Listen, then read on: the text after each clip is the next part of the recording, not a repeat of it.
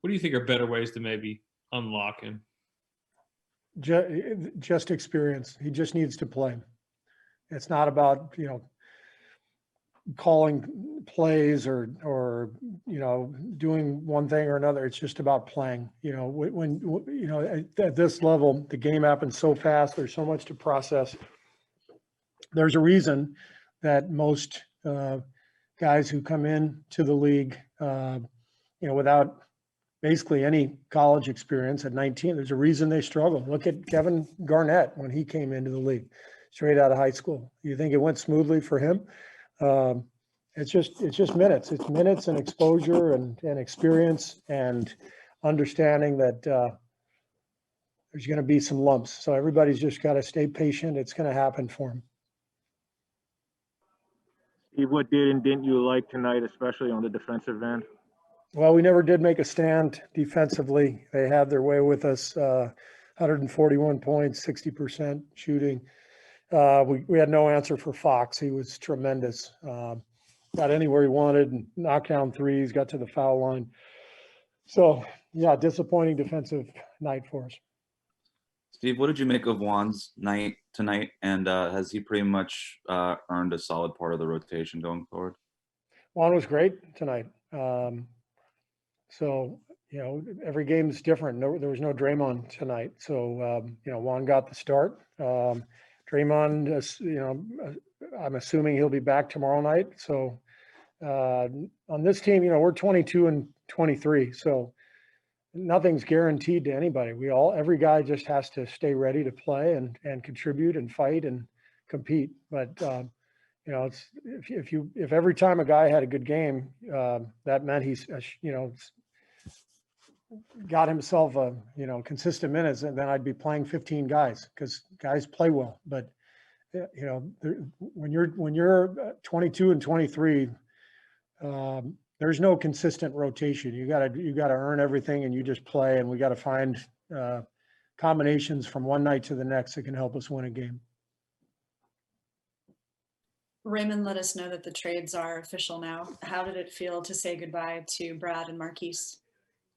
Well, I'm happy for Brad. I think it's a great opportunity for him. He'll be closer to his family. There should be minutes for him, presumably in Charlotte, that weren't there for him here. So I think it's a really good move. I talked to him, and he's happy about the opportunity. And I really appreciated Brad's professionalism. The way he handled himself day after day, the kind of teammate he is a real pro. So sad to see him go, but happy for him. And then Keith, it was a really tough one. We love Marquise. He really improved last year and had a great season for us. And he's beloved in the locker room. He put in a lot of work. Obviously, the injury was devastating for him this year. But this is the NBA, and this is the business, and so we understand. Marquise understands. We spoke today, and I know a lot of his teammates talked to him too. So we'll really miss him and wish him the best. What do you think about the opportunity that Marquise may get in San Antonio? They're buying out LaMarcus Aldridge. I don't know if that was a factor in where you guys were trying to send Marquise, but what do you think about the opportunity in general? You can ask Greg Popovich that question.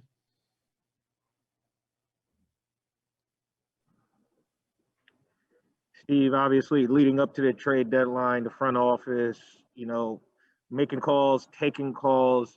Once we get past it and you actually have, your roster moving forward, is it relief might not be the right word, but is it a sense of relief just knowing who you have and what you got going forward? It clarifies things. So, it's always a relief when the trade deadline passes, just because it's tough on all the guys. So at least they can settle in, and we got to put our heads down, get back to work. We got another game tomorrow, and I really believe that this team's going to make a run down the stretch. I know it's been an up and down season, and we're in the midst of a really tough stretch with COVID protocol, injuries, all that stuff. But I really believe in this group, and I think we're going to make a good run down the stretch, and I think it's coming.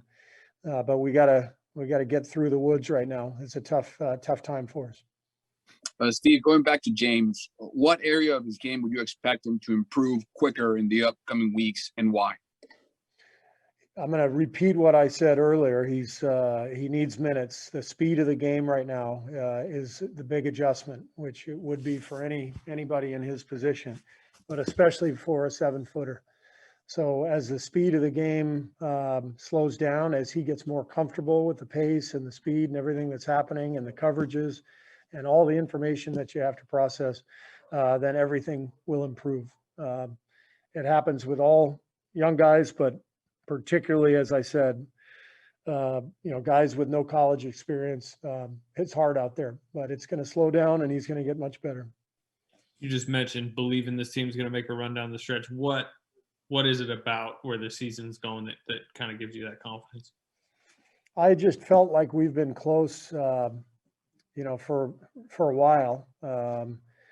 We were terrible defensively tonight, but in general, this year we've been pretty good defensively, and I think getting James more minutes and getting him more comfortable will help him. I think it'll help us, and I think Draymond and Steph have both played at a high level this year, so getting them both healthy in the lineup with more home games in the last 20 or so. I think that bodes well. So, and I believe in these guys. They're competitive. They're together. They enjoy each other. They enjoy playing. So I think good stuff is coming. Do you expect Draymond to go tomorrow? I don't know at this point. Nico's 3-point percentages have sort of just ticked up more and more. What do you think the reason for that is? Well, he's a good shooter to start with, and he's worked really hard. He shoots every day, and I think going to Orlando helped him a lot. He needed to play those minutes to get the rhythm, and so he's got a lot of confidence right now.